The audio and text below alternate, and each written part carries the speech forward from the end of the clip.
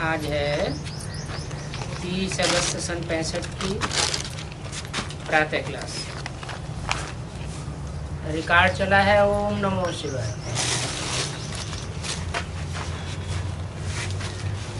ओम शांति। ये किसने कहा? आत्मा ने कहा। इन शरीर की कर्मेंद्रियों के द्वारा आत्मा ने कहा। आत्मा तो है विनाशी और शरीर है विनाशी, क्योंकि आत्मा एक शरीर छोड़ दूसरा लेती है। कितने जन्म लेती है? क्या सदैव एक शरीर छोड़ दूसरा लेती रहती है? नहीं। आत्मा सबसे जास्ती जन्म 84 लेती है। इनको कहा जाता है 84 का चक्कर। और ऐसे भी नहीं है कि सभी 84 जन्म लेते हैं। कोई 84 जन्म लेते हैं, कोई कम जन्म भी लेते हैं। मनुष्य तो इन बातों को नहीं जानते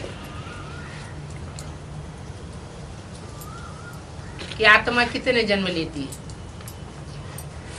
84 का चक्र क्यों कहा जाता है? मनुष्य नहीं जानते, भगवान जानते हैं। जैसे गीता में भगवान ने अर्जुन से कहा है, अर्जुन तू अपने जन्मों को नहीं जानता, मैं तेरे को बताता हूं।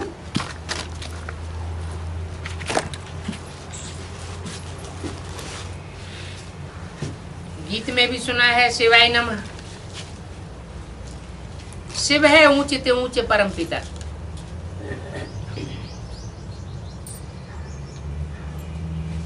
किससे ऊंचे?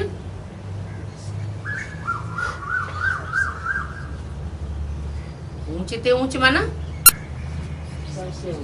ऊंचे ऊंचे परम धाम में होता है या इस सृष्टि पर होता है? साकार सृष्टि पर जो परमधामी स्टेज बनती है, उस परमधामी स्टेज में उसकी स्टेज सबसे ऊंची होती है। तो बोला शिव है ऊंचे ऊंचे परम पिता। शिव शिव बाबा नहीं, शिव शिव बाबा और शिव में अंतर है। क्या अंतर है? शिव है बिंदी का नाम, मेरी बिंदी का ही नाम शिव है। तुम्हारे शरीरों के नाम पड़ते हैं और मेरा सिर्फ आत्मा का नाम शिव है। तो शिव ऊंचे ऊंचे परम पिता है। जो भी बिंदु बिंदु आत्माएं हैं, उन पार्ट बजाने वाली आत्माओं में वो ऊंचे ऊंचे है। और वो है निराकारी दुनिया में रहने वाला, जहां हम आत्माएं भी रहती हैं। फिर उनसे नीचे ब्रह्मा विष्णु शंकर सूक्ष्म वतनवासी, ये तबक्के हैं। कौन कौन से 3 तबक्के बताए? ब्रह्मापुरी, विष्णुपुरी और शंकरपुरी।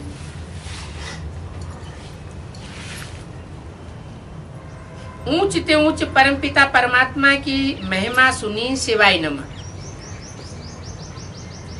तुम माता पिता सहायक बंधु, ये उनकी महिमा है।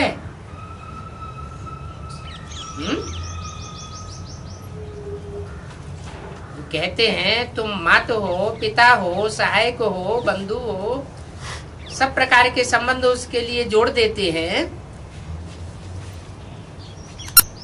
तो उनकी महिमा है। किसके तन से बोला? ब्रह्मा के तन से बोला। तो बोलना चाहिए ये मेरी महिमा है, ऐसे नहीं बोला। ब्रह्मा के तन में बैठ के बोला, यह उनकी महिमा है। उनकी महिमा से दो अर्थ साबित होते हैं। एक तो यज्ञ के आदि में जो पार्ट बजाया था पिता के रूप में, अहम बीज प्रदप पिता, मैं ज्ञान का बीज बोने वाला हूं, पिता हूं, परम पिता। और दूसरा जो भविष्य में आने वाला पार्ट है, वाणी तो सन 65 की है ना, तो इशारा दिया यह उनकी महिमा है, माना इनकी नहीं है। इनकी माना ब्रह्मा की महिमा नहीं है। फिर कहेंगे ब्रह्मा देवताय नमः, क्या अभी नहीं कहेंगे, कहेंगे आगे चल के भविष्य में जब ब्रह्मा संपन्न बनता है तो उस समय कहेंगे ब्रह्मा देवताय नमः, शंकर देवताय नमः। वो रचयिता, वो रचना। क्या कहा? किसको रचयिता बताया, किसको रचना बताया है ना? आराम का नाम नहीं लिया अभी, अभी सिर्फ दो का नाम लिया। कहेंगे ब्रह्मा देवताय नमः, शंकर देवताय नमः। वो रचयिता, वो रचना। कौन रचना? शिव का भी नाम अभी नहीं लिया, अभी तो दो का ही नाम लिया ना। एक ब्रह्मा का नाम लिया और दूसरा शंकर का नाम लिया। तो बोला वो रचयिता, वो रचना। फिर ये है मनुष्य शरीर, जिस मैं प्रवेश करता हूँ, जो मनन चिंतन मंथन करता है, मननात् मनुष्य कहा जाता है।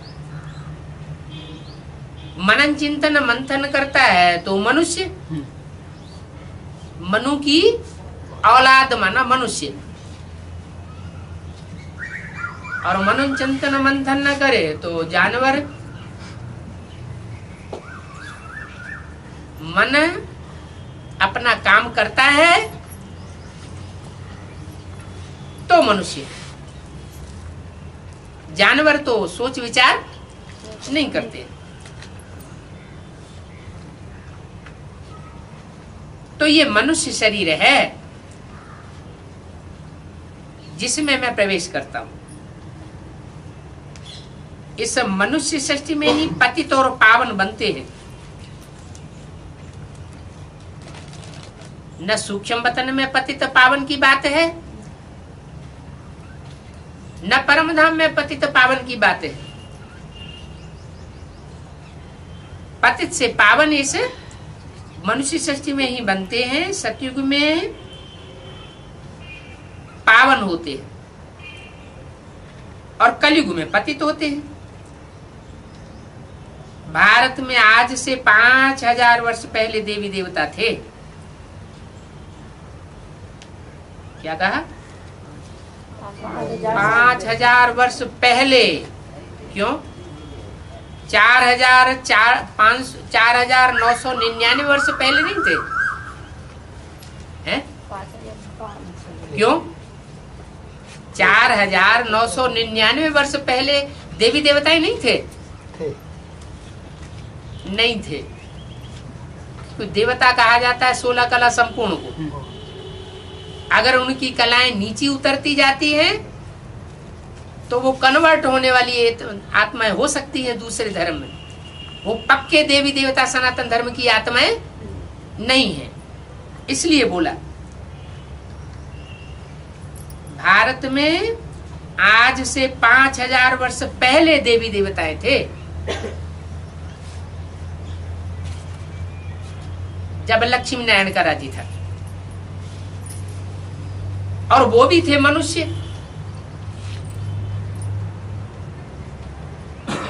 परंतु सर्वगुण संपन्न 16 कला संपूर्ण। ये उन्हों की महिमा नहीं है। किन्हों की? जो पतित से पावन नहीं बन पाते। जो पतित से पूरे पावन बनते हैं 16 कला संपूर्ण, उनकी महिमा है। वहां हिंसा होती नहीं है, विकार में जाते नहीं है। कार माना कार्य, विकार माना विपरीत कार्य। ऐसा कार्य जिससे दूसरे को दुख हो जाए, तकलीफ हो जाए, ऐसा कार्य नहीं करते देवताएं।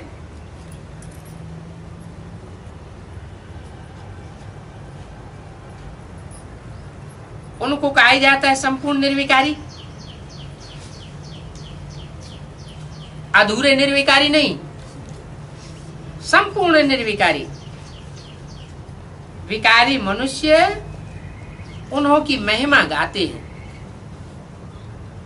किन्हों की?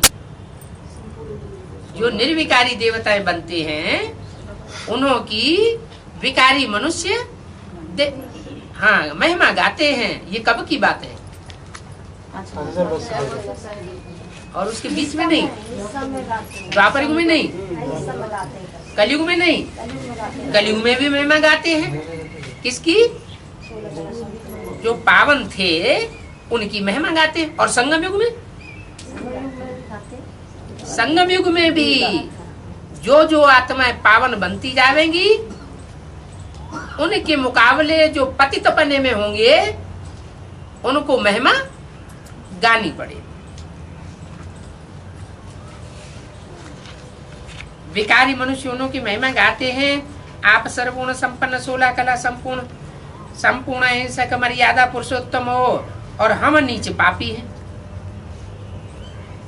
परम पिता को भी याद करते हैं परंतु उनको कोई जानते नहीं है, इसलिए आर्फन ठहरे। जिनका कोई धनी धोरी नहीं होता है संभालने वाला, उनको क्या कहा जाता है? आर्फन। गाते भी हैं तुम माता पिता हम बालक तेरे, जिससे स्वर्ग के सुख घनेरे मिलते हैं। तो ये गायन किस समय का है? जरूर है इस संगम युग पर परमात्मा बाप आकर के घनेरे सुख देता है। जो उसको माता पिता के रूप में मान लेते हैं और जो नहीं मान पाते, निश्चय नहीं बैठा पाते, उनको ठौर नहीं मिल पाता। क्योंकि सदगुरु की निंदा कराने के निमित्त बनते हैं। सदगुरु की निंदा कराई मना, टीचर की भी निंदा कराई, बाप की भी निंदा कराई, तो 3 गुनी निंदा कराने के निमित्त बन पड़ते हैं। इसलिए उनको ठौर नहीं मिलता। कब? जब विनाश का कोई पीरियड होता है। दूसरे धर्म ग्रंथों में भी ये बात आई है कि जब कयामत होगी तो खुदा के बंदे बहुत आराम में रहेंगे और जो विपरीत बुद्धि होंगे उनके लिए महान दुख हो जाएगा। तो सुख घनेरे मिलते हैं। फिर जब रावण राज्य शुरू होता है तो मनुष्य बाप को भूल पतित आर्फन निर्वधन के बन पड़ते हैं और आपस में लड़ते झगड़ते रहते हैं। क्या कहा? अभी संगम युग में भी अगर हम आपस में लड़ते झगड़ते रहते हैं तो क्या साबित होता है? हम माता पिता के बच्चे हैं, हमारे ऊपर माता पिता की छत्र छाया है, या आर्फन के हैं? अभी तो आर्फन के लड़ते झगड़ते हैं। अगर लड़ते झगड़ते रहते हैं तो आर्फन के। सब जगह देखो झगड़े ही झगड़े लगे हुए हैं। कितने पार्टीशन है। स्वर्ग में तो एक ही लक्ष्मी नारायण का राज्य था, भारत सारे स्वर्ग का मालिक था। यहाँ तो टुकड़े टुकड़े हो गया है। ये समंदर तुम्हारा, ये है समंदर हमारा, ये धरती हमारी, पंजाब, यूपी, राजस्थान सब अलग अलग हो गए। भाषा पर भी झगड़े होते हैं। भाषा के ऊपर क्यों झगड़ते हैं? क्योंकि उनको पता ही नहीं है कि हम सबका एक बाप, सारे विश्व का बाप कौन है और उसकी भाषा क्या है। अगर उस बाप को जान जाए तो उसकी भाषा को भी जान जाए। भारत स्वर्ग का मालिक था, अभी स्वर्ग होना है। बाप बैठ बच्चों को समझाते हैं ये सृष्टि चक्र कैसे फिरता है। बेहद का बाप बच्चों को कहते हैं तुम कितने बेसमझ बन पड़े। कहते भी हो हे परम पिता परमात्मा, फिर उनकी बायोग्राफी को नहीं जानते।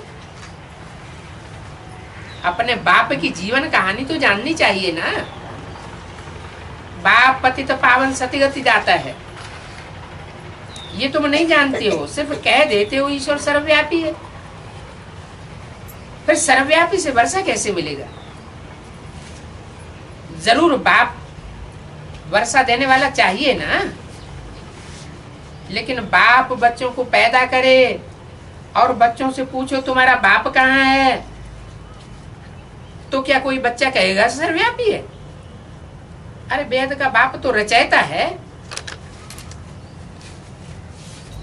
उसको ही हम पुकारते हैं हे पतित पावन, आकर के हमको पावन बनाओ। जैसे हम स्वर्ग में पावन थे, फिर से हमको पावन बनाओ। अभी हम बहुत दुखी हैं। जब से रावण राज्य शुरू होता है तो सभी मनुष्य पतित होने लग पड़ते हैं।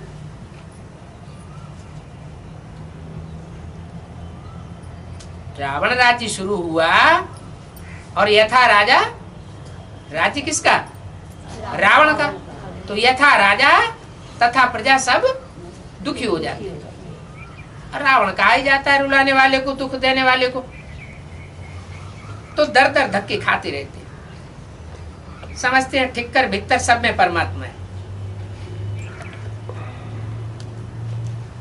अभी भी इसकी शूटिंग होती है या नहीं होती है? संगम युग में भी इस बात की शूटिंग कर रहे हैं। किस बात की है? कि परमात्मा ठिक्कर में भी है। कैसी ठिक्कर? मिट्टी का ढेला होता है ना, उसमें थोड़ी सी ठोकर लगे और टूट जाता है। तो ऐसी जो ज्ञान में चलने वाली आत्माएं, जिनको माया की थोड़ी सी ठोकर लग जाए और ज्ञान में से टूट पड़ती है, उनको बाप के ऊपर से निश्चय उखड़ पड़ता है। ऐसों में भी परमात्मा को व्यापी मान करके चल पड़ते हैं। जो पत्थर की तरह पत्थर बुद्धि है, जैसे पत्थर होता है बहुत कठोर होता है, पत्थर में लकीर खींचो तो खत्म हो जाएगी। तो ऐसे ऐसे जो पत्थर बुद्धि है उनमें भी परमात्मा को व्यापक मानते हैं। मूर्तियां ठिक्कर भिक्तर की बनाई हुई है ना, और उन मूर्तियों को क्या मानते हैं? ये भगवान है कहाँ की बात? शूटिंग कौन करता है? ब्राह्मणों की संगम की दुनिया में भी इस बात की शूटिंग कर नहीं। यहाँ ब्राह्मण तो कोई पत्थर की मूर्तियां नहीं बनाते हैं। बनाते हैं क्या? पत्थर नहीं बनाते हैं। जब मेले मला खड़े करते हैं तो देवी देवताओं के चित्र नहीं बनाते हैं, वो तो कागज के बना देते हैं, पत्थर के नहीं बनाते। टिक्कर बित्तर की बनी हुई मूर्तियां उनकी पूजा करते हैं तो समझते हैं इसमें भी भगवान है। अरे पत्थर में भगवान कहाँ से आया? माना भगवान जो है, जो पत्थर बुद्धि होते हैं उनमें प्रवेश नहीं करता। जो मनन चिंतन मंथनशील मनुष्य होगा उसमें ही परमात्मा आवेगा। न राक्षस में आवेगा, न पत्थर बुद्धि में आवेगा, न देवता में आवेगा। वो किस में आवेगा? मनुष्य में आवेगा। वो तो परम धाम में रहता है। इतना ऊंचे से ऊंचा करतार है तो किस में आवेगा? कितने ढेर चित्र बनाते हैं, पर जब पुराने होते तो फेंक देते हैं। ये है गुड़ियों की पूजा। भक्ति है दुर्गति। जब दुर्गति होती है तब कहते हैं हे बाबा हमको सदगति दो, नहीं तो गुड़ियों की पूजा करते ही रहते हैं। गुड्डों की पूजा करेंगे, गुड़ियों की पूजा करेंगे, है कहाँ की बात है। ब्राह्मणों की संगमी की दुनिया में भी शूटिंग होती है, तो ऐसे गुड़ियों की गुड्डों गुड़ियों की पूजा करने लग पड़ते हैं। देहधारी धर्म गुरुओं को भगवान समझ लेते हैं, सबको भूल गए। सर्व का सदगति दाता पतित पावन शिव बाबा है। सर्व मनुष्य उनको याद करते हैं। सबका पतियों का पति अथवा बापों का बाप भी है।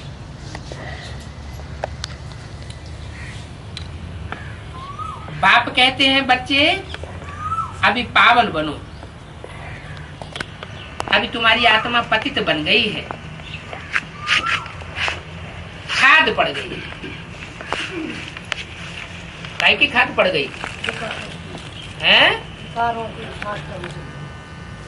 खाद पड़ गई है। क्या द्वापर युग से ही खाद पड़ती है? नहीं, थोड़ा थोड़ा। त्रेता में खाद नहीं पड़ी? त्रेता में भी खाद पड़ती है। काहे की सतयुग में जो सोने समान आत्मा थी, उसमें त्रेता में आके चांदी की खाद पड़ गई। द्वापर में तांबे की खाद पड़ गई, और कलयुग में लोहे जैसी जो काला पाट बजाने वाली आत्माएं हैं, उनके संग का रंग लग जाता है। तो ऐसे संग के रंग में आकर के तुम सब पतित होते गए। अब पावन बनने का तरीका क्या है?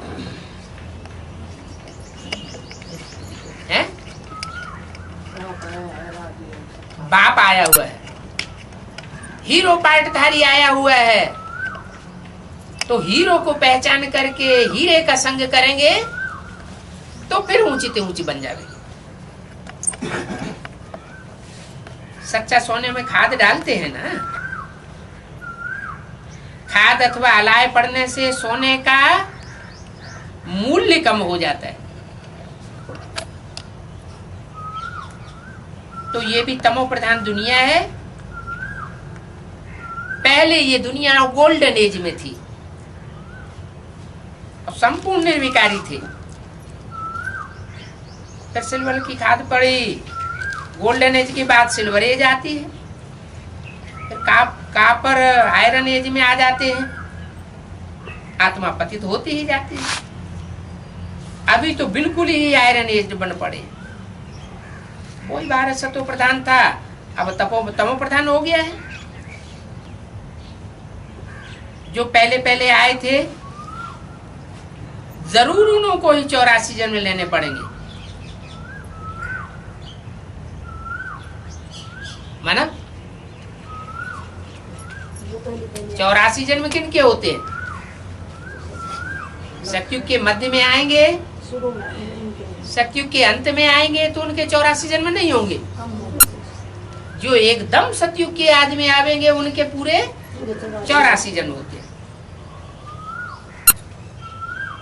क्रिश्चियन आते ही बाद में, माना सतयुग में भी जो आत्माएं बाद में उतरेंगी, भले सतयुग में आएंगी तो भी वो दूसरे धर्म की आत्माएं कही जाएंगी, पक्के देवी देवता सनातन धर्म के नहीं कहे जाएंगे।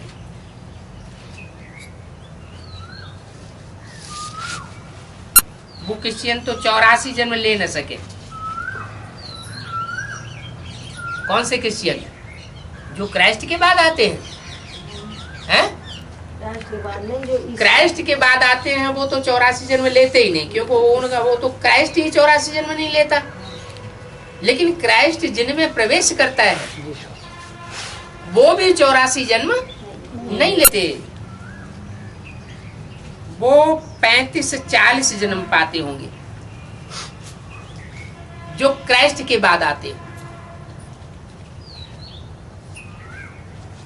उनके जन्म तो बहुत कम होते हैं।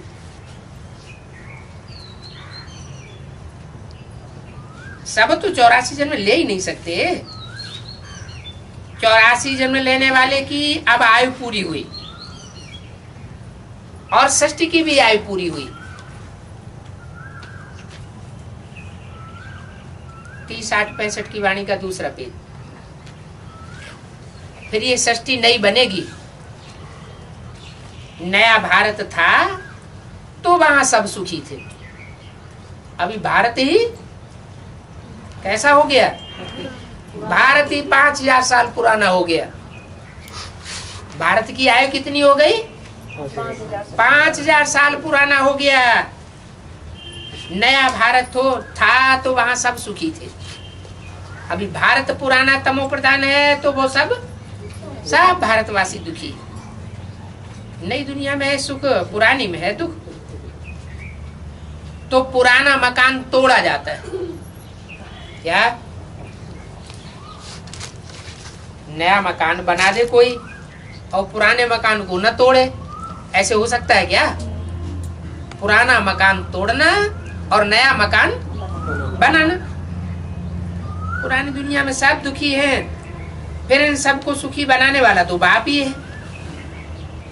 सतयुग में भारत सुखी था, बाकी सब आत्माएं शांति धाम में थी, जिसको साइलेंस बल कहा जाता है।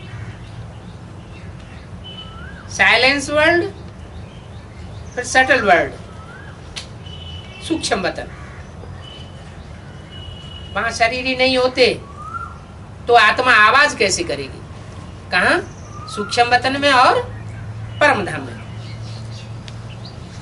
तो अभी सब आत्माएं तमो प्रधान पतित है, इसलिए इनको आयरन एज कहा जाता है। पहले गोल्डन एज थी, अब फिर बाप गोल्डन एज में ले जाते हैं, अर्थात मनुष्य देवता बनाते हैं। सतयुग में स्त्री और पुरुष दोनों पवित्र रहते हैं। क्या? समान रूप से पवित्र रहते हैं। आज की दुनिया में स्त्रियों में पवित्रता जास्ती देखी जाती है, पुरुष जास्ती अपवित्र हो जाते हैं। कहां? वो भी देश देश का हिसाब है। सब देशों का एक जैसा हिसाब नहीं है। तो सतयुग में स्त्री पुरुष दोनों पवित्र रहते हैं, उनको राम राज्य कहा जाता है। अभी तो है रावण राज्य, एक दो को दुख देते ही रहते हैं, काम कटारी चलाते रहते हैं। भगवान कहते हैं बच्चे, ये काम महाशत्रु है, इसी ने तुमको दुख दिया है, इसके कारण तुम नीचे गिरते चले आए। अभी कोई कला नहीं रही है, फिर 16 कला संपूर्ण बनाने के लिए बाप आए हैं। इसके लिए सन्यासियों माफिक तुमको घर बार भी छोड़ना नहीं है। क्या? पवित्र बनने के लिए, ये बाप का ज्ञान सीखने के लिए कोई घर बार छोड़ने की बात नहीं है। न लौकिक घर बार छोड़ने की बात है और न अलौकिक ब्राह्मण परिवार छोड़ने की बात है। पावन दुनिया में जाने के लिए अंतिम जन्म पवित्र जरूर बनना है। क्या? अब बांधेली माताओं से ये कहा जाए कि घर बार छोड़ने की बात नहीं है, लेकिन पवित्र जरूर बनना है, तो वो तो मुझ जाएंगे। तो उन्हें क्या करना चाहिए? हैं? बाप तो बताते हैं।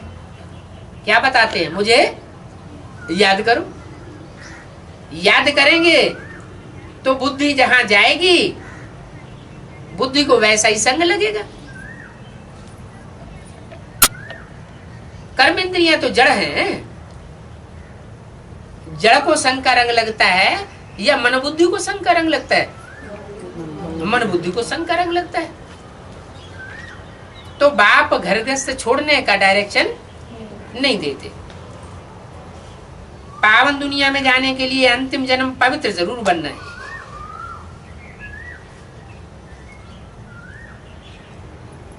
जो बाप द्वारा पवित्र बनेंगे वो पवित्र बनने वाले पवित्र दुनिया के मालिक बनेंगे। क्या बताया? पवित्र दुनिया के मालिक कौन? जो बाप द्वारा पवित्र बनेंगे वो पवित्र दुनिया के मालिक बनेंगे, और दूसरे दूसरे देहधारी धर्म गुरुओं के द्वारा पवित्र बनेंगे, एक तो पवित्र बनते ही नहीं।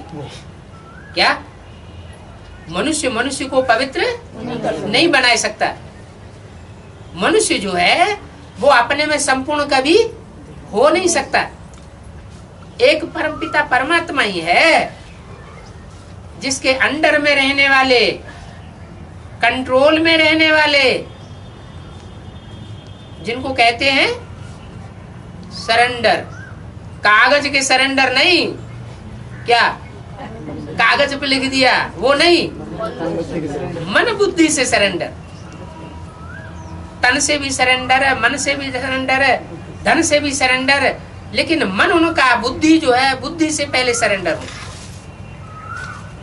तो ऐसे जो समर्पित बुद्धि होते हैं, जो बाप के द्वारा पावन बनते हैं, वो पावन दुनिया के मालिक बनते हैं।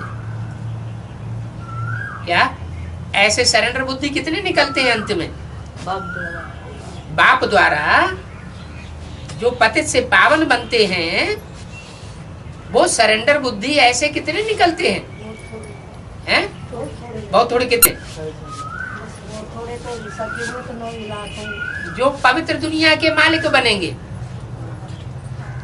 पवित्र दुनिया कौन सी है? सतयुग है, त्रेता युग नहीं है। थोड़ा शुरू में त्रेता। हाँ, त्रेता भी तो पवित्र दुनिया है। तो सतयुग के आदि से लेकर के त्रेता के अंत तक कितने निकलेंगे जो पावन दुनिया के मालिक बनेंगे? 33 करोड़ नहीं, 33 करोड़ तो आबादी नहीं होती है त्रेता के अंत की। अगर त्रेता में ही 33 करोड़ आबादी हो जाए तो द्वापर के अंत में कितनी ज्यादा हो जाएगी? बहुत ही ज्यादा बढ़ जाएगी। त्रेता के अंत तक आबादी होती है 5 से लेकर 10 करोड़। इससे जास्ती आबादी नहीं होती। तो जो बाप के द्वारा पवित्र बनते हैं उनकी संख्या ही बताई है 16,108।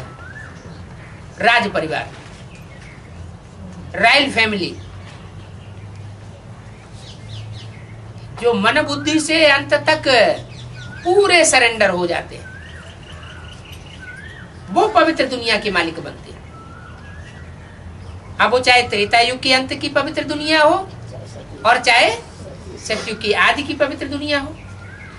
जो सतयुग के आदि में पवित्र बनेंगे वो अव्वल नंबर वाले होंगे, जो मध्य में बनेंगे वो 2 नंबर के होंगे, अंत में पवित्र दुनिया के मालिक बनेंगे वो 3rd क्लास होंगे।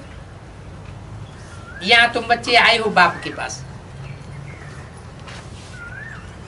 कौन आए हो? तुम बच्चे आए हो। तुम किसको कहा जाता है? जो सामने होते हैं उनको कहा जाता है तुम। तुम आए हो बाप के पास, ये हेड ऑफिस है जहां सब बच्चे आते हैं। पारलौकिक बाप आत्माओं को कहते हैं, क्या सबको नहीं कहते हैं? क्यों? 500 करोड़ आत्माएं नहीं है हैं? फिर उनको नहीं कहते? नहीं, मूल्य में बोला है आत्मा रूपी सुई की सारी कट उतरने पर तुम बच्चे डायरेक्ट बाप से सीखोगे। क्या? इसका मतलब यह है कि जिनकी आत्मा रूपी सुई की सारी कट नहीं उतरी होगी, बेसिकली भी, क्या बेसिकली भी जिनकी सारी कट आत्मा की नहीं उतरी होगी, तो वो डायरेक्ट बाप से सीखने के अधिकारी नहीं बन रहे होंगे। जिनकी आत्मा की सुई की कट बेसिकली उतरती जाती है, पढ़ाई भी होती है ना, एक बेसिक पढ़ाई होती है, एक ऊंची पढ़ाई होती है। तो बेसिकली जिन्होंने अपनी आत्मा की कट उतार ली है सच्चा पुरुषार्थ करके, तो वो डायरेक्ट बाप से पढ़ाई पढ़ने योग्य बन जाते हैं।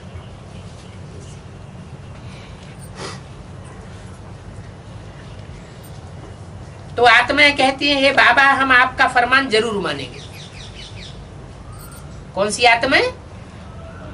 जिनकी बेसिकली आत्मा की कट उतर जाती है, वो फिर कहते हैं कि बाबा हम आपके फरमान पर जरूर चलेंगे, पवित्र बनेंगे। ये खास श्रीमत है ना, श्रीमत से ही श्रेष्ठ बनना है। रावण की मत से तुम भ्रष्ट बने हो। क्या? जो श्रेष्ठ ते श्रेष्ठ है मत देने वाला, इतनी बड़ी दुनिया है तो कोई तो श्रेष्ठ ते श्रेष्ठ मत देने वाला होगा ना।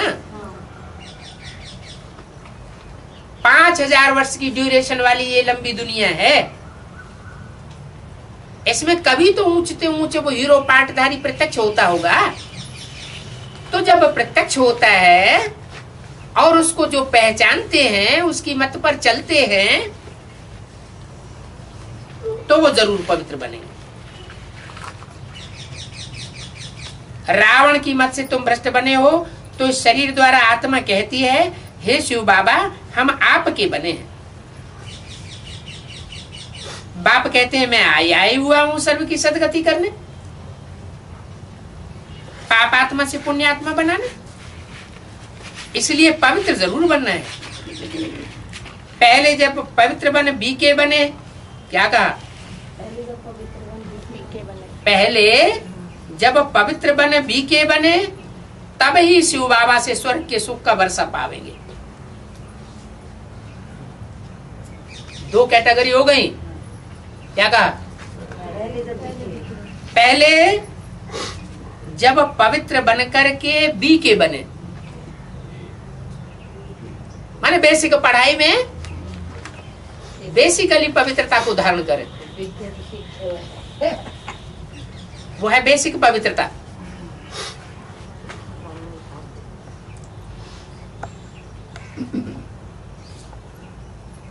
जब बीके बने तब शिव बाबा से, पहले बीके बने,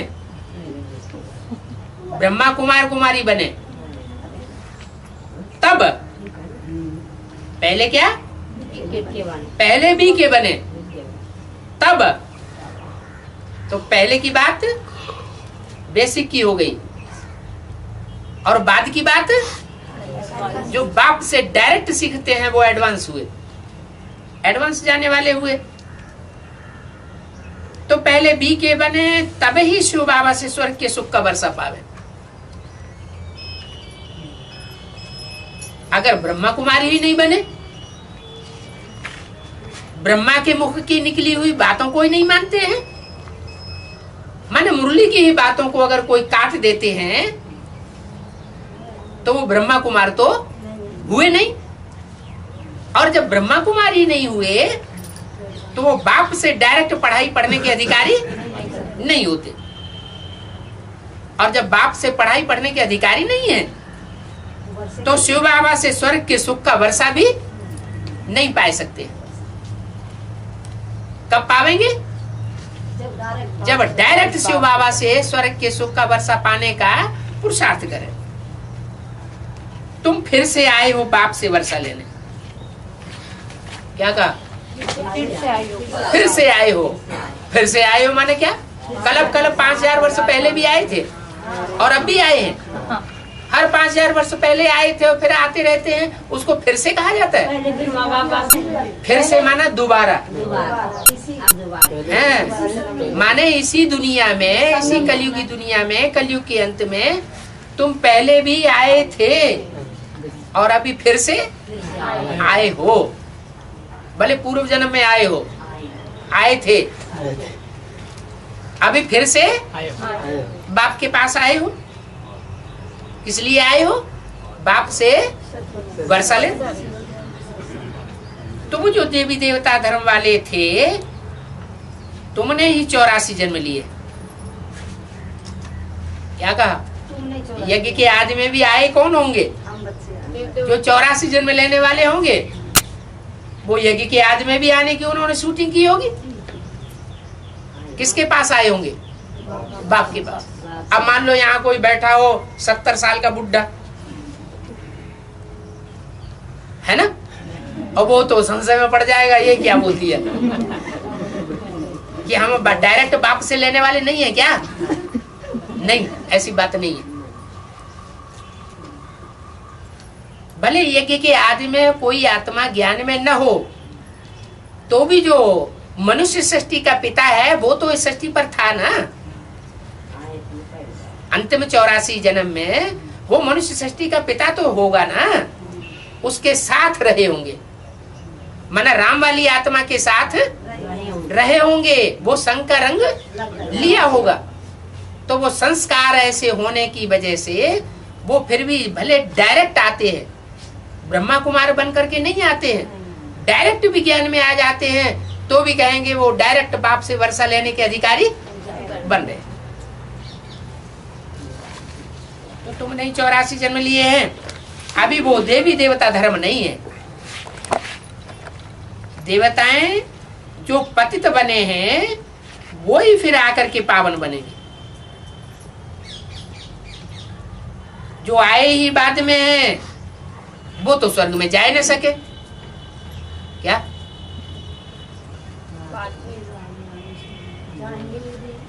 शूटिंग पीरियड में भी जो शुरुआत के नहीं है बाद में आए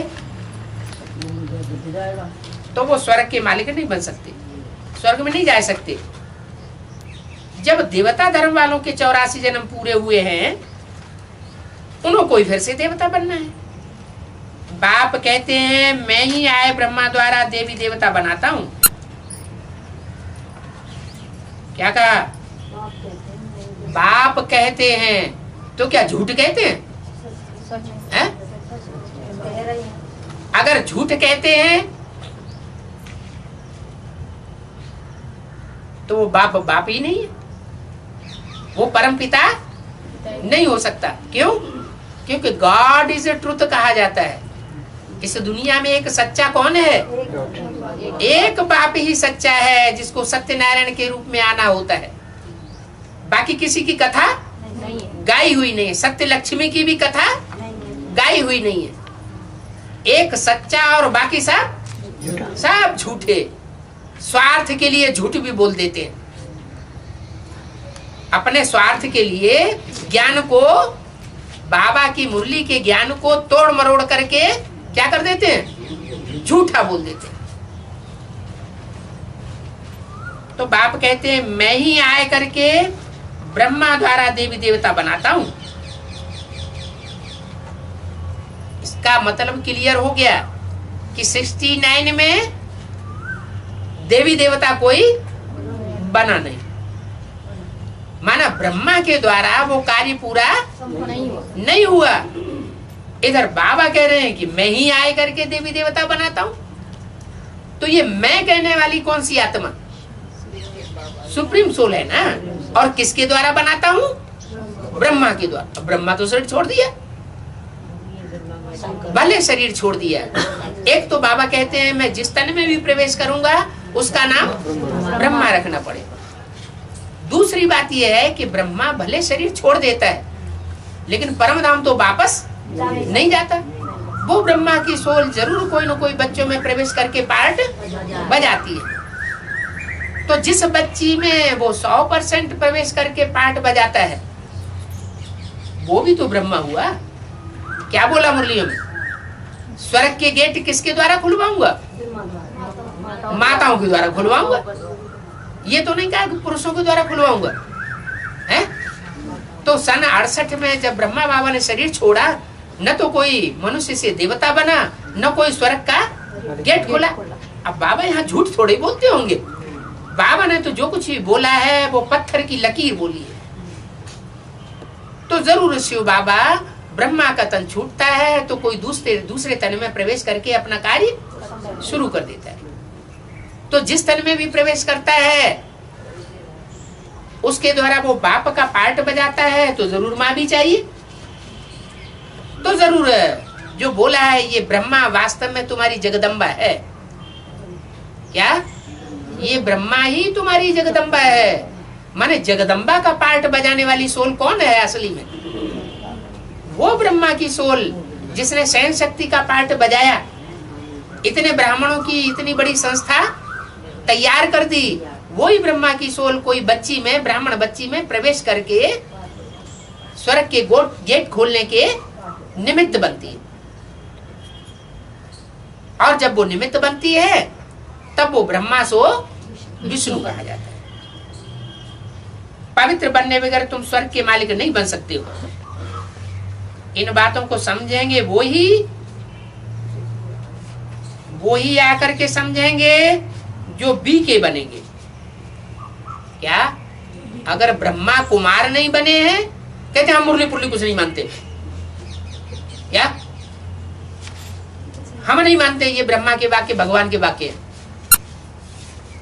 तो बताया कि इन बातों को वो समझ नहीं सकते।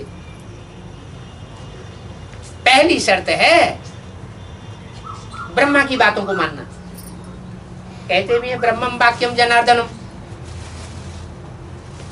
ब्रह्मा के वाक्यों को जो मानते हैं वो पक्के ब्राह्मण बनते हैं। शास्त्रों में तो बोला हुआ है, जब ये सृष्टि रची गई तो ब्रह्मा के मुख से ब्राह्मण निकले। अब कोई ब्रह्मा के मुख में मशीन थोड़ी ही रखी हुई थी, जो हुआ किया वो ब्राह्मण निकल पड़े। ये तो कवियों की प्रतीकात्मक लाक्षणिक अलंकारिक भाषा होती है कि ब्रह्मा के मुख से देवताएं निकले। इसका मतलब ब्रह्मा ने मुख से जो कुछ बोला, ब्रह्मा के मुख में उस निराकार परमपिता परमात्मा शिव ने प्रवेश होकर के जो कुछ बोला, उस बात को जिन्होंने माना वो ब्राह्मण हुए। तो ब्रह्मा मुख वंशावली ब्राह्मण होंगे तो ब्रह्मा के मुख से निकली हुई बात को जरूर मानेंगे। तो अभी ये ब्राह्मण सृष्टि की शुरुआत होती है। कब? जब कलयुग में सारी दुनिया शूद्र बन जाती है। कोई कहेंगे ये तो तुम ब्राह्मणों की ग्लानि करते हो। अरे हम अभी ग्लानि थोड़े करते हैं। 500 साल पहले तुलसीदास जी ने लिख करके रख दिया, भय वर्ण संकर सब है। सारे ही वर्ण संकर हो गए। इतना बेविचार 500 साल पहले ही बढ़ चुका था मुसलमानों के रावण राज्य में। मुसलमानों में तो छूट है। पहले मुसलमान भाई बहनों में भी शादी करते थे, अभी भी करते हैं। इतना बेविचार बढ़ जाता है। तो बाप कहते हैं इन बातों को वही समझेंगे जो आकर के पहले ब्रह्मा कुमार बने, पहले ब्रह्मा को पहचाने।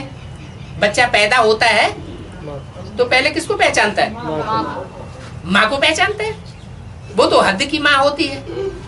और ये तो है ब्रह्मा ने बड़ी दुनिया की बड़े से बड़ी जो माँ है, जिसने सहन शक्ति पूर्वक सारी सृष्टि के ब्राह्मण बच्चों की पालना की है, वो ब्रह्मा माता बच्चों को बड़े प्यार से पालती है। इतनी प्यार की पालना देती है कि भगवान के लिए ये गायन प्रसिद्ध हो गया है। क्या? त्वमेव माता। वो परमात्मा पहले माता बनता है इस सृष्टि पर आगे। उसके मुकाबले माता का पार्ट और कोई बजा ही नहीं सकता है, इतनी सहन शक्ति पूर्वक। दुनिया में भी कहते हैं माता बहुत सहन करती है बच्चे की लालना पालना में। बाप तो उठा के बच्चे को फेंक देगा। मां में सहन शक्ति होती है। तो बेहद की जो सहन शक्ति जिसने धारण की वो है ब्रह्मा। उस ब्रह्मा के द्वारा इस संसार में जो संगठन ब्राह्मणों का तैयार किया गया, उसका नाम पड़ा ब्रह्मा कुमारी विद्यालय। ये बात दूसरी है कि वो ब्राह्मण भी दो तरह के गाए हुए हैं शास्त्रों में। एक रावण कुंभकर्ण मेघनाथ जैसे ब्राह्मण, आतताई ब्राह्मण जिनकी संख्या बहुत ज्यादा हो जाती है, और एक गुरु वशिष्ठ और विश्वामित्र जैसे पुरुषार्थी श्रेष्ठ ब्राह्मण जो पक्के योगी होते हैं, तपस्वी होते हैं। ऐसे जो ब्राह्मण हैं वो अलग छट करके अलग नजर आते हैं। तो ब्राह्मणों के भी दो वर्ग हो जाते हैं। एक ब्रह्मा मुख वंशावली जो ब्रह्मा के मुख की निकली हुई बातों को मानते हैं। इसलिए मुरली में बोला कि ब्रह्मा मुख की बात न माने तो वो हाफ कास्ट ब्रह्मा कुमार है, माना पक्का ब्राह्मण नहीं है। जो पक्का ब्राह्मण नहीं होगा वो पक्का देवता नहीं बनेगा। पक्का देवता नहीं बनेगा तो फिर वो स्वर्ग के आदि में आ नहीं सकता। तो इन बातों को वो समझेंगे जो आकर के बीके बनेंगे। प्रजापिता ब्रह्मा गाया जाता है ना, क्या कहा? अकेले ब्रह्मा से ही, अम्मा से ही सृष्टि पैदा नहीं होती। तुमेव माता च पिता कहा जाता है। तो वो तो मंदिरों में जाकर के पति पत्नी कह देते हैं तुमेव माता च पिता तुमेव। मंदिर में जाते हैं तो तुम माता पिता हो गए, और घर में पहुंचे तो गंदे कर्म करने लग पड़ते हैं। तो माता पिता का संबंध निभाया क्या? नहीं, वहां की बात नहीं है। वहां प्रैक्टिकल में परमात्मा भक्ति मार्ग में आता नहीं है।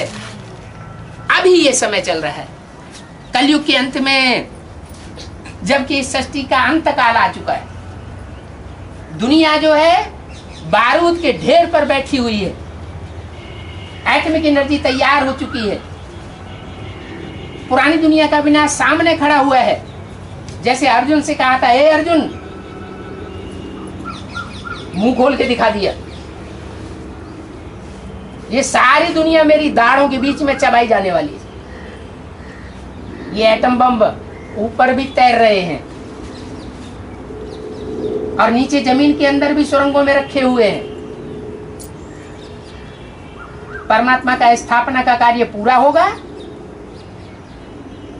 पहले स्थापना होगी फिर विनाश का कार्य शुरू हो जाएगा। तो ये दुनिया बारूद के ढेर पर बैठी हुई है। ये सारा कार्यकरण करावनहार बाप निराकार शिव का है, जिसके लिए गीता में बोला है प्रवेश तुम, मैं प्रवेश करने योग्य हूं। कौन? शिव परमात्मा। शिव परमात्मा कहा जाता है ज्योति बिंदु, बिंदु आत्माओं का बाप। बिंदु हाथी का बाप हाथी जैसा होगा, सांप का बाप सांप जैसा लंबा होगा, कीड़े मकोड़े का बाप कीड़े मकोड़े जैसा होगा। तो बिंदु बिंदु आत्माओं का बाप कैसा होगा? बिंदु होगा। गीता में कहा गया है ना, अणु अणियान समनुस्मर रहती है। आत्मा अणु रूप है, ज्योतिर्मय है। ये ज्योतिर्मय अणुरूप आत्मा भ्रकुटी के मध्य में बैठी हुई है, जिसकी यादगार में भ्रकुटी में टीका लगाते हैं। ये आत्मा के टिकने का स्थान है, या बिंदी लगाते हैं। लेकिन आज तो लोग प्रसाधन सौंदर्य के लिए लगाते हैं, भूल गए। जो प्राचीन रहे महर्षि हुए थे, उन्होंने ये बात बताई थी। ये परंपरा शुरू की। क्या परंपरा शुरू की? कि मस्तक में टीका या बिंदी लगाओ, ये आत्म की स्थिति में टिकने की निशानी है। एक दूसरे को जब देखेंगे तो याद आ जाएगी कि हम आत्मा हैं, ये भी आत्मा है। देह का भान नहीं रहेगा। देह का भान आने से राजा रंक का भेद पैदा हो जाता है। देह का भान आने से ब्राह्मण और भंगी का भेद पैदा हो जाता है। देह का भान आने से कमजोर और पहलवान का भेद पैदा हो जाता है। धर्म का भेद पैदा हो जाता है, जाति का भेद पैदा हो जाता है। बाप कहते हैं ये सब भेद खत्म करो, तुम अपन को आत्मा समझो और दूसरे की भी भ्रकुटी के मध्य में क्या देखो? आत्मा देखो। आत्म की स्थिति को धारण करने से ये सारी दुनिया जो है वसुधैव कुटुंबकम, सारी वसुधा एक परमपिता परमात्मा का कुटुंब बन जाएगी। तो प्रजापिता ब्रह्मा शास्त्रों में भी गाया हुआ है। शास्त्रों में उसका नाम दे दिया है प्रजापति। क्या नाम दिया है? प्रजापति। क्यों? भगवान ने आके नाम प्रजापिता ब्रह्मा दिया, प्रजापिता नाम दिया। शास्त्रों में नाम प्रजापति क्यों पड़ गया है? वो सबका पतियों का पति, बापों का बाप कैसे साबित हुआ? जो अंतिम स्टेज होती है उस समय वो सारी सृष्टि का रक्षक साबित होता है।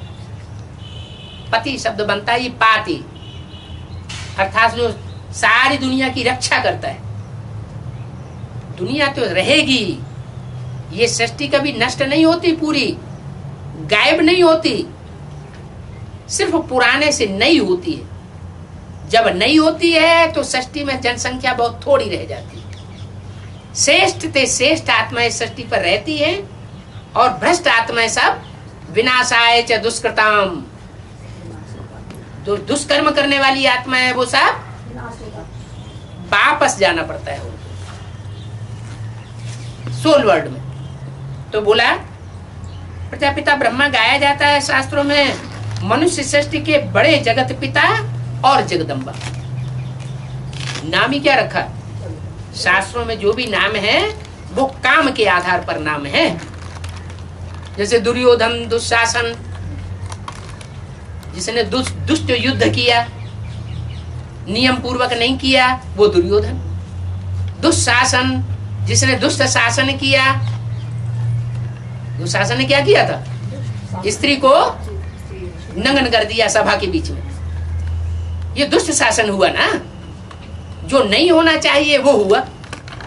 तो बोला शास्त्रों में जितने भी नाम हैं वो काम के आधार पर नाम। ये शास्त्रों का कहा हुआ सब कुछ इस समय जबकि परमात्मा इस सृष्टि पर आया हुआ है प्रैक्टिकल में चल रहा है। ये चेहरे अभी तैयार हो रहे हैं ब्राह्मणों की दुनिया में। कोई रावण कुंभकर्ण जैसे चेहरे संसार में लेकर के जाएंगे, सबको देखने में आएगा कि इनका ये राक्षसी चेहरा है। इन्होंने ब्रह्मा का बच्चा बन करके भी राक्षसी पार्ट बजाया, और कोई के देवी चेहरे बन जाएंगे। तो अभी कर्मों की गुह्य गति भगवान बाप आकर के सिखा रहे हैं। कैसे कर्म करने से तुम देवता बनेंगे और कैसे कर्म करने से तुम जन्म जन्मांतर के राक्षस बनेंगे। मनुष्य सृष्टि के बड़े से बड़े हैं जगत पिता और जगदम्बा। जब भगवान बाप आते हैं तो दो श्रेष्ठ आत्माएं हैं सृष्टि रूपी रंगमंच की, राम और कृष्ण। दूसरे धर्मों में इनको एडम ईव, आदम और हवा कहते हैं। जैनियों में उनको आदिनाथ और आदिनाथनी कहते हैं। शब्दों में भी साम्य है।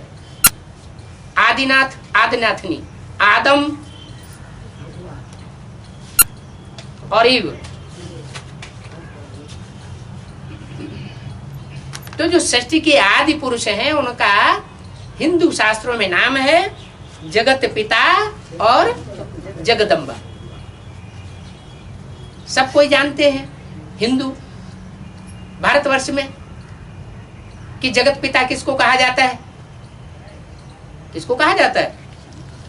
जगतम पितरम वंदे पार्वती परमेश्वरौ। शंकर को जगत का पिता कहा जाता है। जो जगत का पिता होगा उसका कोई पिता होगा? उसका कोई पिता नहीं हो सकता। वो सारी सृष्टि का पिता है, सारी सृष्टि का शिक्षक है, सारी सृष्टि का गुरु है, माना सतगुरु है। वो सतगुरु आकर के सत शिक्षा दे करके इस झूठ खंड को सच बनाता है, सच खंड बनाता है, जिसे सतयुग कहा जाता है। किनके द्वारा होता है ये काम? जगत पिता और जगदम्बा द्वारा। उनको इतने बच्चे कैसे होंगे?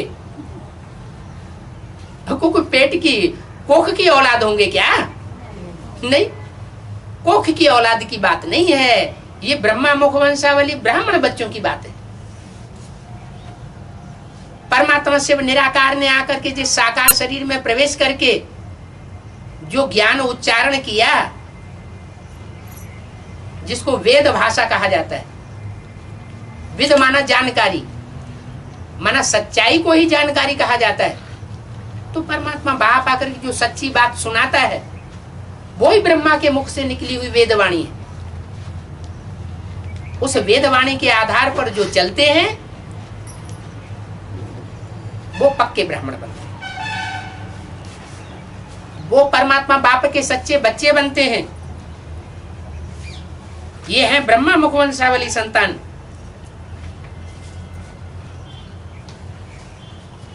तो सभी बाबा कहते हैं। कैसे बच्चे बने?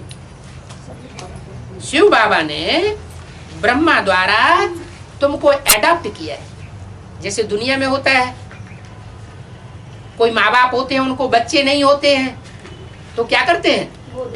गोद ले लेते हैं, एडॉप्ट कर लेते हैं, एडॉप्शन होता है।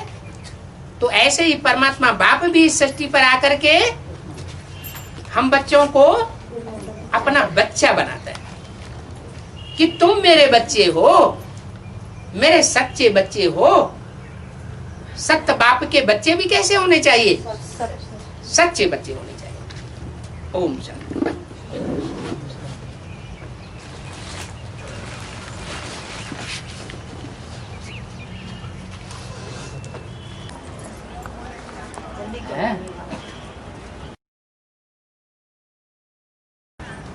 अभी तो बताया घर बार थोड़ी छोड़ना है? घर वालों से, हाँ, घर वालों से भी निभा के रखना है ना। लौकिक और अलौकिक दोनों में बैलेंस बना के चलना। ये है घर बार को निभाना। अगर लौकिक को तोड़ देते हैं, लौकिक भांति जो है उनको तोड़ देते हैं, दिल को तोड़ देते हैं, तो वो निभाना नहीं हुआ। इसलिए बैलेंस में रख करके चलना है। टाइम से उनको, वो तो आस लगाए बैठे हैं कि आज आ जाएंगी माता जी, हैं तो टाइम से पहुंच जाएंगे, तो उनकी आस पूरी हो जाएगी। आप उनकी आस पूरी करते रहेंगे, आप उनकी आस पूरी करते रहेंगे तो ज्ञान भी चल पड़ेंगे, फिर आपको बहुत फायदा हो जाएगा। क्या अभी आपको बंधन रहता है, फिर बंधन सब खलास। इसलिए ज्ञान में आने के बाद चलन बहुत बढ़िया रहे। क्या? हाँ, ना लौकिक वाले परेशान हो, ना अलौकिक वाले परेशान हो। भले मुख से कुछ बोलते रहते हैं, लेकिन अंदर से समझें कि नहीं ये ठीक है।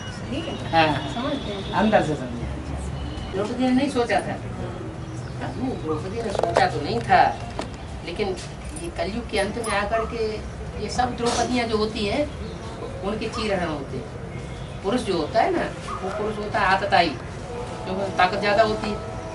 सत्ता पाए, जिसको सत्ता मिल जाती है, ताकत मिल जाती है, वो मदान्ध हो जाता है।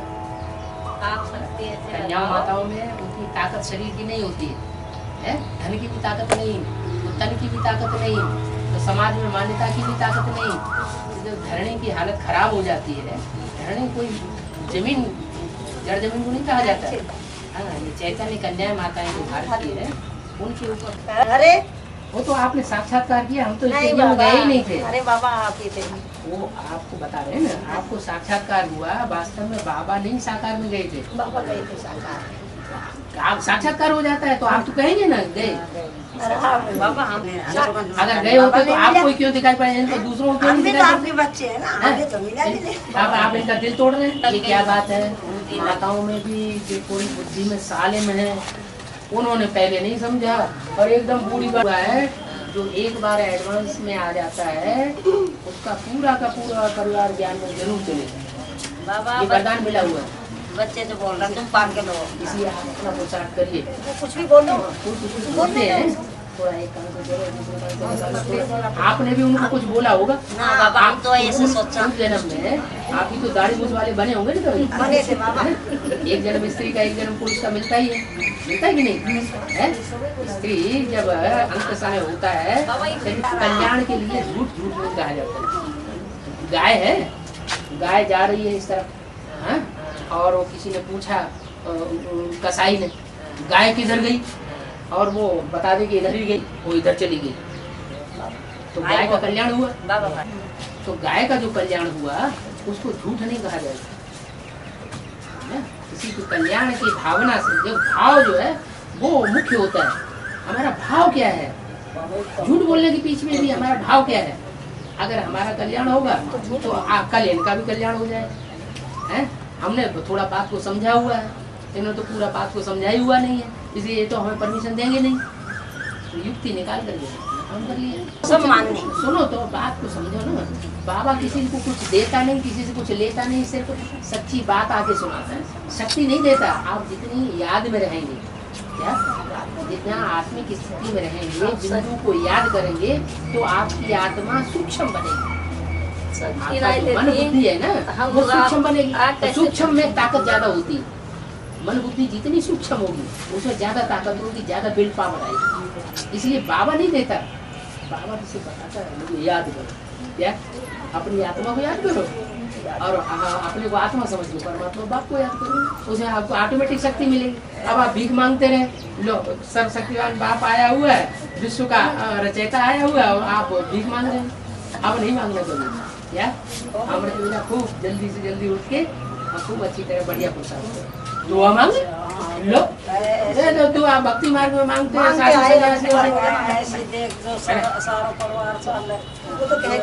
बाबा ने तरीका बताया, ऐसा करोगे तो ऐसा होगा। तो जो बाबा रास्ता बताते हैं उस पर चलना चाहिए या दुआ मांगना चाहिए? भीख मांगने संस्कार डालने उसमें आप ये ऐसा समझिए कि हमने पिछले जन्म में उनके ऊपर लठ चलाया हुआ सच्चाई। जब उन्होंने सच्ची बात बोली होगी ना तो आपने भी दाढ़ी मूछ बन करके एकदम कहा हम नहीं तेरी बात माने, भाग यहाँ से, लठ चला दिया होगा। तो उसका हिसाब किताब पूरा होगा कि नहीं है? हिसाब किताब पूरा हो रहा है। तो आपका तो सूर्य से कांटा हो रहा है क्या? आपको तो ज्ञान की खुशी मिल रही है, ज्ञान का बल मिला हुआ है, इसलिए आपको ज्यादा दुख नहीं है। उस समय तो वो तो बहुत दुखी हुए होंगे जब आपने उनको ऐसे कहा होगा हम नहीं तेरी बात मानते, क्योंकि उस समय तो उनको तो ज्ञान नहीं था और आपको तो ज्ञान है कि ऐसे सब होगा। विघ्न आएंगे, अच्छे रास्ते में विघ्न जरूर आते जरूर है, तो आपको मालूम है कि ये तो सब होना ही है। ठीक गीता पाठशाला गीता पाठशाला की कुछ मत करो। जो होशियार माता हो, अच्छा ज्ञान सुनाई लेती हो, उसके घर में सब इकट्ठे हो ले, जब तक कोई युगल नहीं निकलता है अच्छा तब तक ऐसे ही चल लेना। नहीं कोई माता ऐसी भी होती है जिनके घर वाले ज्यादा विरोध नहीं करते हैं, तो उनके घर में चलना नहीं। मंदिर में तो फिर ऐसे है कि कोई पूरा मतलब क्लियर में नहीं होता ना, कोई अज्ञानी भी आकर के बैठ जाएंगे, कुछ सुनेंगे तो पूरी बात समझी है नहीं और विरोध करना शुरू कर देंगे, तो सबका आपका दिल खराब होगा या आपको भी निश्चय उखाड़ देंगे। इसलिए जो संगठन है, जैसे हिंदू मुसलमान सिख ईसाई सब अपना संगठन का स्थान बनाते हैं ना, तो उस संगठन के स्थान में एक वाइब्रेशन होता है, ताकत रहती है। तो इसी तरह आप अपने ही घर में कोई मिलकर के ऐसा तय कर लो कि किसी एक माता के घर में ये यहाँ के इनके यहाँ सबसे अच्छा रहेगा, वहाँ उनके यहाँ क्लास करो और संगठन बनाओ और आपस में लेन देन करो, बाबा की मुरली सुनो, बाबा के ध्यान में बैठो और कुछ सर्विस की बातें आपस में लेन देन करो, ठीक हो जाएगा। नहीं जितना जितना पाप का बोझा बढ़ता जाता है फिर वो पुरुषार्थ नहीं करने देता है। जैसे ही हम याद में बैठेंगे, जैसे ही बाबा की मुरली सुनना शुरू करेंगे, इसलिए अभी ज्ञान में आने के बाद कोई हमसे पाप कर्म न हो जाए, हमसे कोई दुखी न हो जाए, ऐसी चलन चलना क्या?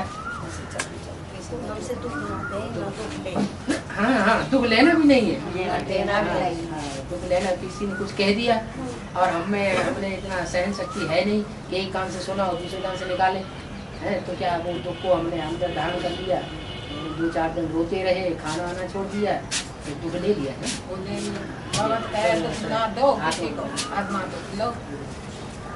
ऐसी एक ही बात धारण कर लेना आत्मा, न किसी को दुख देना है न दुख लेना है, तो समझ लो लक्ष्मी नारायण बन जाए। देवता है, देवता माने देने वाले, सुख देने वाले बनेंगे, है किसी का सुख खींचने वाले बाबा आपके मानस में पहुंच गया ना,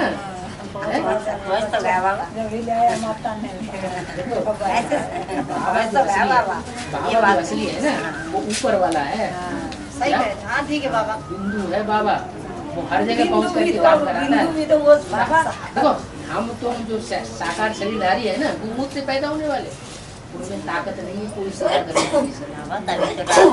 अब सबसे ज्यादा इसमें ताकत है बाप और दादा। राजमाता के बोल तो रहा था आप, परम धाम से आया हूँ मैं, 2 दिन आया हूँ, आप यहाँ से भी नहीं आए, मानेसर से भी नहीं आए, अव्यक्त हो जाओ। 84 जन मानेसर में लिए नहीं नहीं लिए ना, छोड़ा तो ये सारी दुनिया नहीं, तुम्हारे सारी साथ दुनिया लाने के लिए बाबा। बाबा कहते हैं अब जगत माता बनो। क्या मानेसर मानेसर की माता नहीं, आप जल्दी जल्दी सर्विस करते रहे, नए नए फूल निकालते रहे और आप बाबा बाबा बस मिलते रहा बाबू। तो बाबा की बात नहीं सुने, अपनी बोलते चढ़ रहो। गए आप तो आप नए नए फूल निकालते रहो और बाबा से मिलते रहो। बाबा कहाँ छोड़ गए? बाबा को उन्होंने निकाला है कि बाबा ने उनको छोड़ा है? जब आप हिस्ट्री नहीं वाले तो आपको पता ही नहीं ना है, आपको पता नहीं है इसलिए ऐसा बोल रहे हैं। बाबा तो अभी भी उनको नहीं छोड़ेगा। बाबा कहते हैं लौकिक परिवार को मत छोड़ो, अलौकिक परिवार को मत छोड़ो, बाबा नहीं छोड़ेगा। या एक बात बताओ, पांडवों को देश निकाला मिला था या पांडवों ने देश निकाला दिया था? मिला था। भावना में नहीं बहना है। देखो ब्रह्मा बाबा भावना में बह गए तो गए एकदम, भावना में बह जाते हैं। हाँ, ज्ञान की बुद्धि में रहना है। तो उपस्थित बहन बेटे तो उनकी राधा बच्ची पहले का दोनों ही हैं मौजूद, दोनों मौजूद हैं। दोनों में जो अंत में तीखा पुरुषार्थ करे वही विष्णु बन जाएगा। क्या विष्णु कोई एक आत्मा थोड़े ही? तो कहने का मतलब होता है ना, जब सुनाया था राम सेवक को जब सुनाया था ना, क्या माता? हाँ सुनाया था। हम लोग अभी कोर्ट में करते करते आए, एक माता था वहाँ पर। हाँ वो बुक में लिखा है एक बहन था, वो कौन है? बहन था ना माता था? देखो ये जब तक बात क्लियर नहीं होगी पूरी तब तक यही कहा जाएगा ये बहन थी एक माता थी। कि मुरली में नहीं बोला है, मुरली में ये नहीं बोला मैं दोनों माताओं में प्रवेश करता था। मुरली में सिर्फ बोला ऐसी ऐसी बच्चियां थी जो मम्मा को डायरेक्शन देती थी, ड्रिल कराती थी। शिव बाबा जो है वो उन बच्चों में प्रवेश करते थे, ऐसे नहीं बोला। 10 साल का रहने वाला ध्यान में जाती थी, उनमें शिव बाबा प्रवेश करते थे। माने एक स्त्री थी चोला और एक पुरुष चोला था, उनमें शिव बाबा ने प्रवेश किया। तीसरे में प्रवेश की बात मुरली में नहीं आएगी, इसलिए बहन का। और असली राज तो अभी आपको भी रिसर्च करनी है ना, आप नहीं रिसर्च करेंगे? हाँ रिसर्च तो करनी है अभी तो। बेसिक नहीं ज्ञान है चल इनकी रहा बात हमारी। है, ज्ञान चल रहा है, अच्छा ज्ञान की धारा बह रही है। बाबा गीता जी अभी ज्ञान की धारा सागर में जाके मिल गई। सागर में तो मिल गए। ज्ञान गंगा जाकर सागर में मिल गई। गंगा सागर का मेला हो गया पूरा? नहीं हुआ ना? होना है, अभी होना है। पूरा नहीं।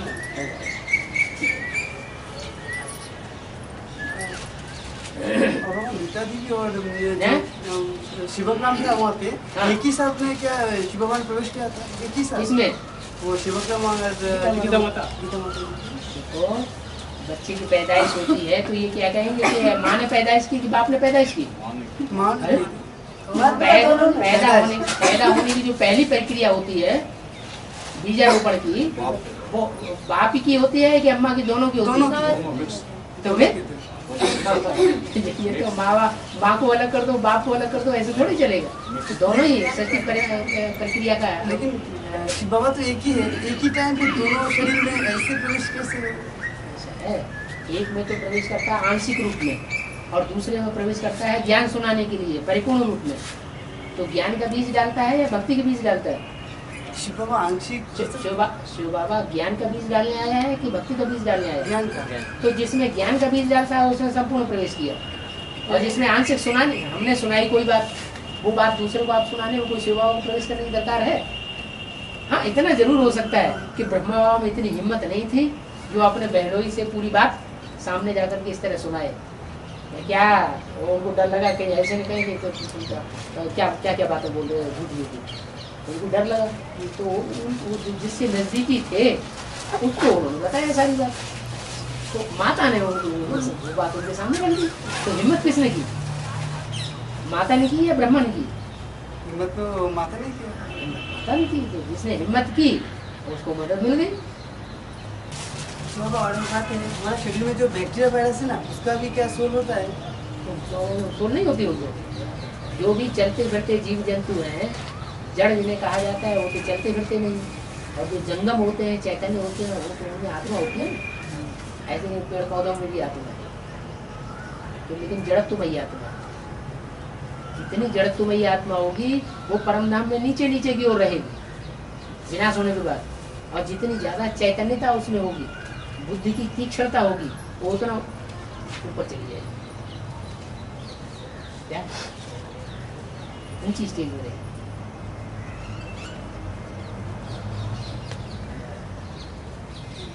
एक बूंद में, खून की एक बूंद में कितने कीटाणु होते हैं मलेरिया में। वो शीशे पर फैला देते हैं डॉक्टर लोग, फिर उसके अंदर देखते हैं ना तो उनको दिखाई पड़ते हैं। तो ऐसे थोड़ी कि वो नहीं है, दिखाई पड़ते हैं। कोई बहुत सी आत्मा नहीं दिखाई पड़ती, लेकिन ऐसे थोड़ी कि आत्मा आत्मा है नहीं कि आंखों में से रोशनी काहे की निकल रही। जो आदमी मुर्दा हो जाता है उसकी आंखों में वो रोशनी दिखाई पड़ती है? नहीं दिखाई पड़ती। इसका मतलब वो आत्मा की रोशनी दिखाई पड़ रही है। फिर भी चलो बाबा के साथ उतना ही होगा जितना आपने उनके लिए किया होगा पिछले जन्म में। जितना आपने सच्चे बात के लिए वो उनका विरोध किया होगा उतना ही वो विरोध करेंगे, उससे ज़्यादा विरोध नहीं करेंगे। और आपके साथ तो बाबा है, आपको सच्चाई भी हाँ बस शांत हो।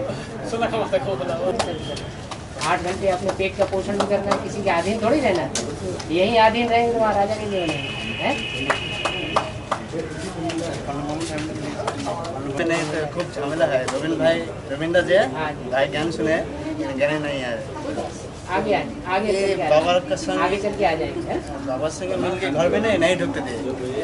आएंगे। मैं बोला आपसे मिलके भी जाऊंगा ना तो मुझे घर में ढुकने नहीं देंगे। चलो हम लोग पसंद बुलाएंगे। अरे इनको बहुत संभाल के लाए चित्र से क्योंकि ठाकुर ओ हाथ एखाने घुरो मेरा हाथ बोलो और किसी बोल बोलना बहुत अच्छा हो गया। अभी पर्सनल मिलेंगे 10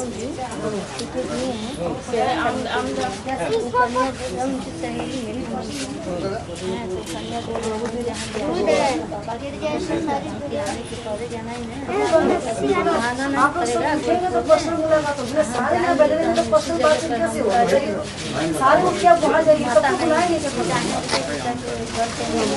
सारे उठ के वहाँ जब बुलाएंगे सारे उठ के जाओ सारे उठ के सभी बुलाएंगे। बराबर सबको ले जाओ।